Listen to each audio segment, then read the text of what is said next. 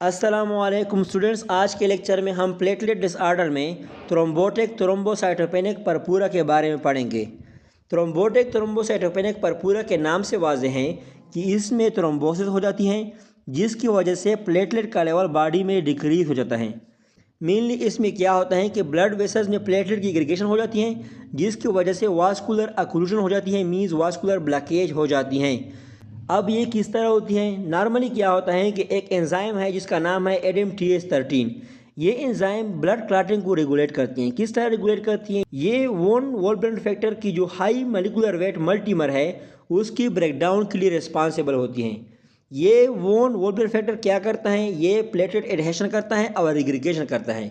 तो जब ये इसके ब्रेकडाउन कर लेता है तो प्लेटलेट की एग्रीगेशन और एडहेशन नहीं हो पाती, तो as a result blood clotting inhibit हो जाती हैं।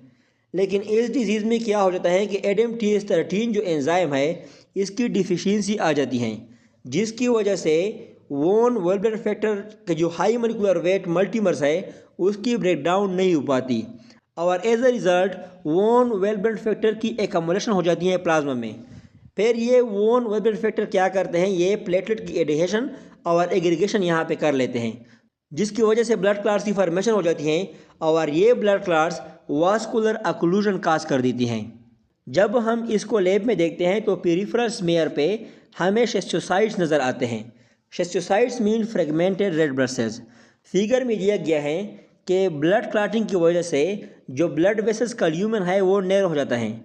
तो जब ये रेड ब्लड सेल्स इसकी थ्रू गुजरते हैं तो इसकी ब्रेकेज हो जाती हैं और एज ए रिज़ल्ट जब हम लैब में देखते हैं तो हमें पेरिफेरल स्मेयर पे schistocytes means fragmented red blood cells नज़र आते हैं। कूम्स टेस्ट इसमें नेगेटिव होती हैं। कूम्स टेस्ट एक ऐसा टेस्ट है जिसमें हम ब्लड में ब्लड सेल्स के ख़िलाफ़ एंटीबॉडी को डिटेक्ट करते हैं। तो यहाँ पे कोई एंटीबॉडी ब्लड सेल्स के ख़िलाफ़ प्रेजेंट नहीं होती, इस वजह से यहाँ पे कूम्स टेस्ट नेगेटिव होता है। इसके अलावा हम prothrombin time and activated partial thromboplastin time भी देखते हैं जो कि नॉर्मल होता है। ये कोएगुलेशन टेस्ट है जिससे हम ब्लड क्लॉटिंग की एबिलिटी को मेजर करते हैं।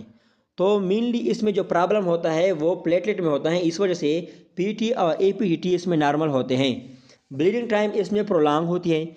जब भी माइनर इंजरी लग जाती है तो इसके रिजल्ट में लॉन्ग टाइम के लिए ब्लीडिंग कंटिन्यू होती है, क्योंकि इसमें प्लेटलेट की कंसंट्रेशन डिक्रीज हो गई होती है और एज ए रिजल्ट क्लॉटिंग का जो प्रोसेस है वो डिस्टर्ब हो गया होता है। इसकी क्लिनिकल फीचर्स में क्या है कि इसमें थ्रोम्बोसाइटोपेनिया प्रेजेंट होती है, means decrease platelet count. Platelet count इस वजह से डिक्रीज हो जाते हैं क्योंकि जब जगह जगह पे प्लेटलेट्स की एग्रीगेशन हो जाती है तो ब्लड में प्लेटलेट का लेवल डिक्रीज हो जाता है। इसके साथ micro angiopathic haemolytic anaemia. Micro angiopathic haemolytic anaemia वो कंडीशन है जिसमें स्मॉल ब्लड वेसल्स में रेड ब्लड सेल्स की डिस्ट्रक्शन हो जाती हैं। हमने जो पहले डायग्राम में पढ़ा कि ब्लड वेसल्स का ल्यूमन डिक्रीज हो जाता है, तो इस वजह से रेड ब्लड सेल जब इस पार्शली एक्लूडेड ब्लड वेसल में से गुजरते हैं तो इसकी हेमालिसिस हो जाती है। मेनली इसकी हेमालिसिस स्मॉल ब्लड वेसल्स में हो जाती है। अब इस माइक्रो एंजियोपैथिक हेमोलाइटिक एनीमिया में क्या होता है? ये नॉर्मोसाइटिक एनीमिया है, मीन्स इसमें जो रेड ब्लड सेल का वॉल्यूम है वो नॉर्मल होता है। इंक्रीज एलडीएच इसमें इंक्रीज होता है।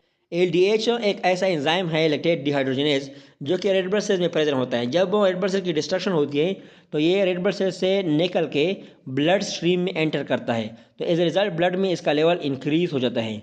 Increase indirect bilirubin, increase haemolysis की वजह से लार्ज अमाउंट में हेमोग्लोबिन बिलिरुबिन में कन्वर्ट हो जाते हैं, तो इस वजह से इसका लेवल इंक्रीज हो जाता है। शेस्टोसाइट्स माइक्रो एंजियोपैथिक हेमोलाइटिक एनीमिया की साइन है। इससे हम ये डायग्नोस करते हैं कि यहाँ पे माइक्रो एंजियोपैथिक हेमोलाइटिक एनीमिया हो गई है। इसके अलावा टीटीपी में रेनल फेल्यूर होता है, फेवर होती है और साइनस में एबनॉर्मलिटीज़ प्रेजेंट होती हैं। अब हम इसके मैनेजमेंट में क्या करते हैं? हम इसके मैनेजमेंट में प्लाज्मा फेरेसिस करते हैं। पहले plasma pheresis means plasma exchange. जब हम प्लाज्मा को एक्सचेंज करते हैं तो इस तरह हम पेशेंट को फंक्शनल क्लॉटिंग फैक्टर प्रोवाइड कर देते हैं जो कि ब्लड क्लॉटिंग को नॉर्मलाइज कर देती है। इसके अलावा ग्लूकोकॉर्टिकॉइड देते हैं। फ्रेश फ्रोजन प्लाज्मा में क्लॉटिंग फैक्टर की कंसंट्रेशन हाई होती है और ये क्या करते हैं? ये ब्लीडिंग को ट्रीट करते हैं। तो अगर प्लाज्मा एक्सचेंज करने में कोई डिले हो गए हैं तो आपने फ़ौरन इसको फ्रेश फ्रोजन प्लाज्मा देना है। टीटीपी के पेशेंट में प्लेटलेट ट्रांसफ्यूजन कॉन्ट्रा इंडिकेटेड होती है। आप इसमें प्लेटलेट की ट्रांसफ्यूजन नहीं कर सकते, क्योंकि अगर आप इसमें प्लेटलेट की ट्रांसफ्यूजन करेंगे तो ये स्मॉल ब्लड वेसल्स में थ्रोम्बोसिस काज करेंगे। तो this is all about thrombotic thrombocytopenic purpura. इंशाल्लाह आप सब दोस्तों को समझ में आ गया होगा।